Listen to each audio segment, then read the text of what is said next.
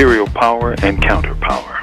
If one is to address the reactions to the recent election of Illinois Senator Barack Obama to the U.S. presidency, this can perhaps be best encapsulated by the term exaltation.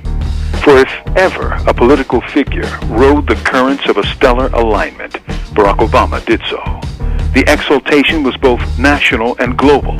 In my half-century of life, I can recall no presidential election that elicited so profound a political, indeed visceral, response.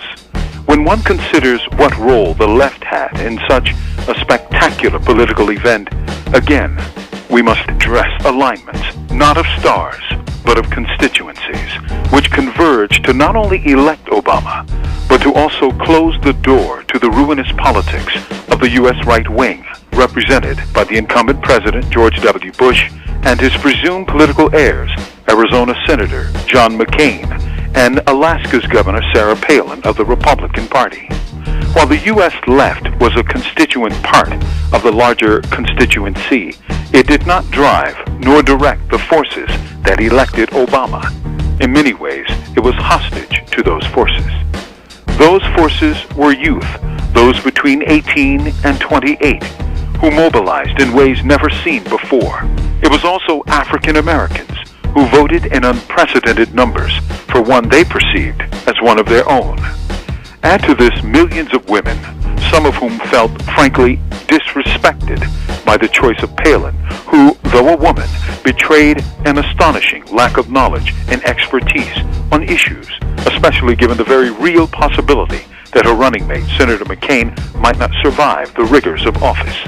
But one cannot ignore the significant segment of those who felt betrayed or disaffected by the hard right tilt of the Republican Party, which ran almost exclusively on the notion that Obama was a socialist who, in Palin's oft-repeated quote, pals around with terrorists.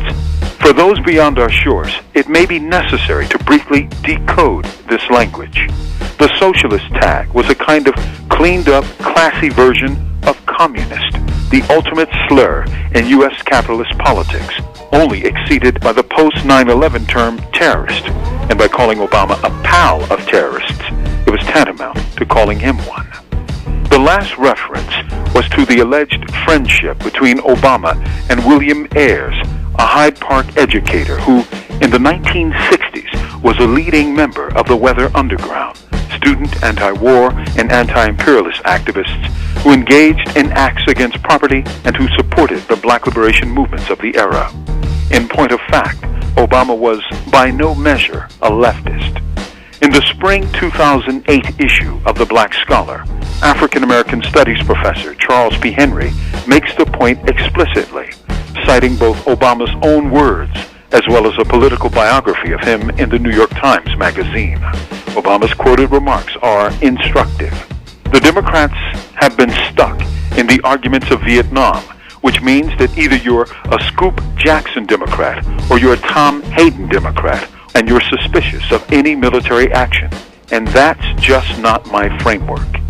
Obama's choices were illustrative of two poles of the Democratic Party. Senator Henry Scoop Jackson was so pro-war that he was called the Senator from Boeing.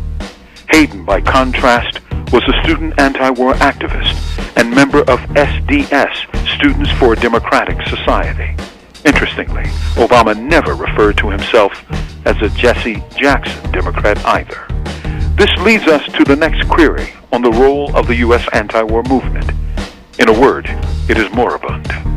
This, paradoxically, can be traced to the massive demonstrations of spring 2003 in protest of the imminent Iraq War.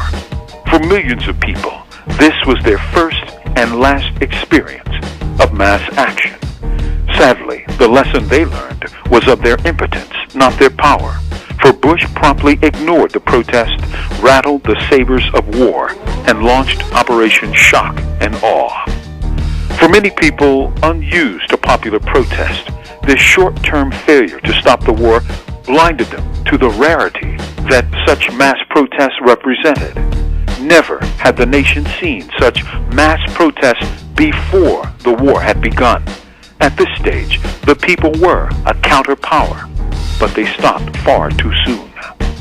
To further analyze the question of whether the election of Obama represents a leftist surge or if the anti-war movement is in its ascendancy, we need only recall that Obama is neither a leftist nor is he anti-war. The early stages of his electoral campaign were explicitly against the Iraq War. As he ran in the later stages, his soundbites announced a troop withdrawal in Iraq was necessary to buttress U.S. forces in Afghanistan. Indeed, given the events occurring as these words are written, there will probably be more U.S. anti-war protests against the Israeli blitzkrieg on Gaza in the next 2 weeks than there was against the U.S. occupation in Afghanistan in the last 2 years. That, I think, succinctly states the case of where we are. But where we are need not determine where we can go, for people move by inches and often by leaps. This was undoubtedly a giant step in U.S. history. This was not a day ever envisioned by George Washington, Thomas Jefferson, Abraham Lincoln, or even John F. Kennedy. Yet one of Black America's most revered historians, Vincent Harding, author of the classic There Is a River, spoke for far more than himself when he said, "So my hopes are very much focused on him, but not on him alone.